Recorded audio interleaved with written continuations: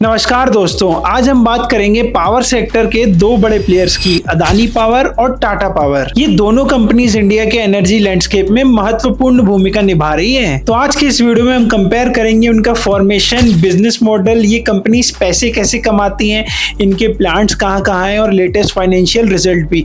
और एंड में मैं कंक्लूजन दूंगा कि किस में इन्वेस्ट करना बेहतर हो सकता है। तो चलिए वीडियो को स्टार्ट करते हैं। पहले बात करते हैं इनकी शुरुआत की।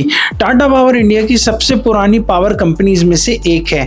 इसकी शुरुआत 18 सितंबर 1919 में हुई थी दारोबजी टाटा के द्वारा। ये टाटा ग्रुप का एक हिस्सा है। शुरुआत में ये हाइड्रो इलेक्ट्रिक पावर पर फोकस्ड थी, जैसे मुंबई में क्लीन एनर्जी लाने के लिए। आज ये कंपनी 105 साल से ज्यादा पुरानी है और इंडिया की लार्जेस्ट इंटीग्रेटेड पावर यूटिलिटी बन चुकी है। वहीं अडानी पावर कंपैरेटिवली एक नई कंपनी है। ये 22 अगस्त 1996 को इनकॉर्पोरेट हुई थी अदानी ग्रुप के अंदर और सर्टिफिकेट ऑफ कमेंसमेंट 4 सितंबर 1996 को मिला। ये गौतम अदानी द्वारा शुरू किए गए ग्रुप का हिस्सा है जो 1988 में कमोडिटी ट्रेडिंग से शुरू हुआ था। अडानी पावर का फोकस शुरुआत से थर्मल पावर जनरेशन पर रहा है, तो टाटा पावर एक्सपीरियंस में आगे है, जबकि अदानी पावर एग्रेसिव ग्रोथ के साथ मॉडर्न एरा की कंपनी है। अब बिजनेस मॉडल पर नजर डालते हैं। टाटा पावर एक फुली इंटीग्रेटेड पावर कंपनी है जो जनरेशन, ट्रांसमिशन और डिस्ट्रीब्यूशन सब करती है। ये थर्मल, हाइड्रो और रिन्यूएबल सोर्सेस से पावर प्रोड्यूस करती है। कंपनी अब रिन्यूएबल्स पर ज्यादा फोकस कर रही है, जैसे rooftop solar, micro grids, EV charging stations और स्टोरेज सॉल्यूशंस। ये डाइवर्सिफाइड है और सस्टेनेबल एनर्जी पर बेट लगा रही है, जिससे फ्यूचर ग्रोथ का स्कोप ज्यादा है। अडानी पावर का business model mainly thermal power generation पर बेस्ड है, कोल फायर्ड प्लांट्स के थ्रू। ये अडानी ग्रुप का हिस्सा है जो पोर्ट्स, लॉजिस्टिक्स और कोल ट्रेडिंग में भी एक्टिव है। कंपनी पावर प्रोड्यूस करके सेल करती है, लेकिन रिन्यूएबल्स में अडानी ग्रीन के थ्रू एक्सपेंड कर रही है। ओवरऑल ये लार्ज स्केल थर्मल प्रोजेक्ट्स पर फोकस कर रही है, इकोनॉमीज ऑफ स्केल के साथ कॉस्ट ऑप्टिमाइज करके। फर्क ये है कि टाटा ज्यादा डाइवर्सिफाइड और ग्रीन एनर्जी की तरफ है,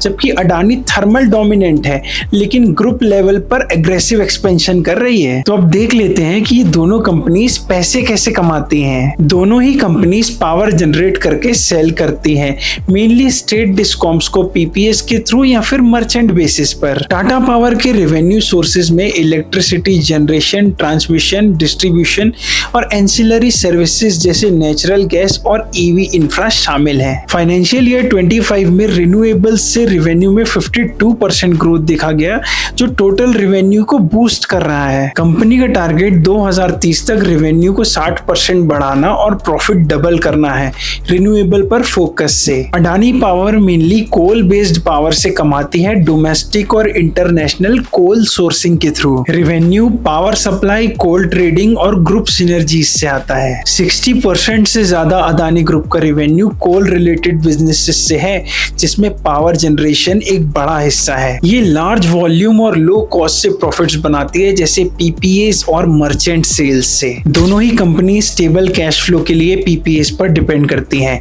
लेकिन टाटा का रिन्यूएबल पुश लॉन्ग टर्म में ज्यादा सस्टेनेबल लगता है। प्लांट्स की बात करें तो अदानी पावर के प्लांट्स मेनली सेंट्रल और वेस्टर्न इंडिया में फैले हैं। मेजर लोकेशंस हैं मुंद्रा गुजरात, तिरोड़ा महाराष्ट्र, कवई राजस्थान, उडुपी कर्नाटका, रायपुर और रायगढ़ छत्तीसगढ़, सिंगरौली मध्य प्रदेश, गोड्डा झारखंड और Pirpainti Bihar. Total capacity around 15 gigawatts plus और मेनली थर्मल। टाटा पावर के प्लांट्स पूरे देश में है, मिक्स सोर्सेस के साथ। की लोकेशंस है मुंद्रा गुजरात, त्रॉम्बे महाराष्ट्र, माइथन झारखंड, जोजोबेरा झारखंड, हल्दिया वेस्ट बंगाल, भिवपुरी खोपाली बीरा महाराष्ट्र हाइड्रो प्लांट्स। और रिन्यूएबल्स जैसे सोलर फार्म्स कर्नाटका, राजस्थान, उत्तर प्रदेश और उड़ीसा में। Total installed capacity 15 gigawatts plus, लेकिन 40% रिन्यूएबल्स। अडानी के प्लांट्स थर्मल हैवी और कंसंट्रेटेड हैं, जबकि टाटा के ज्यादा स्प्रेड आउट और डाइवर्सिफाइड सोर्सेज वाले। अब लेटेस्ट रिजल्ट देखते हैं Q1 फाइनेंशियल ईयर 26 के बेसिस पर, क्योंकि Q2 अभी शुरू हुआ है। अडानी पावर ने Q1 फाइनेंशियल ईयर 26 में स्ट्रॉन्ग परफॉर्मेंस दिखाया।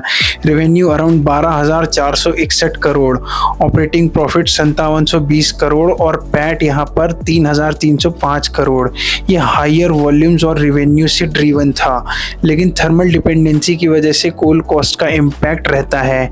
9 मिलियन फाइनेंशियल ईयर 25 में एबिटा 22% बढ़कर 16,478 करोड़ हुआ था। Tata power Q1 financial year 26 result में revenue 15,698 crore, operating profit 2168 crore और पैट यहाँ पर 927 crore, 6% year on year growth.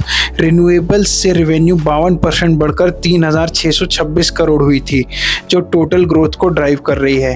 Company capex पर फोकस कर रही है। 2030 तक कैपेसिटी डबल करने का प्लान है। अडानी का पैट हायर है, लेकिन टाटा की ग्रोथ सस्टेनेबल लगती है। अंत में अगर आप एक लॉन्ग टर्म इन्वेस्टर हैं तो टाटा पावर एक बेहतर ऑप्शन लगता है। ये डाइवर्सिफाइड है, रिन्यूएबल्स पर स्ट्रॉन्ग फोकस के साथ, जो इंडिया के ग्रीन एनर्जी ट्रांजिशन से फायदा उठाएगी। स्टॉक स्टेबल है, डिविडेंड पे आउट हेल्दी है 18.9% और वॉलेटिलिटी कम है। अडानी पावर हाई ग्रोथ वाला है, लेकिन थर्मल डिपेंडेंसी और हायर लिवरेज से रिस्क यहाँ पर बढ़ जाता है, जैसे कोल प्राइसेस या रेगुलेटरी चेंजेस का असर। रीसेंट कंपैरिजंस में एक्सपर्ट्स अडानी को हाई रिस्क हाई रिटर्न और टाटा को सस्टेनेबल कहते हैं। हालांकि मार्केट कंडीशंस देखें तो सितंबर 2025 में पावर डिमांड्स हाई हैं, लेकिन रिन्यूएबल ही फ्यूचर है।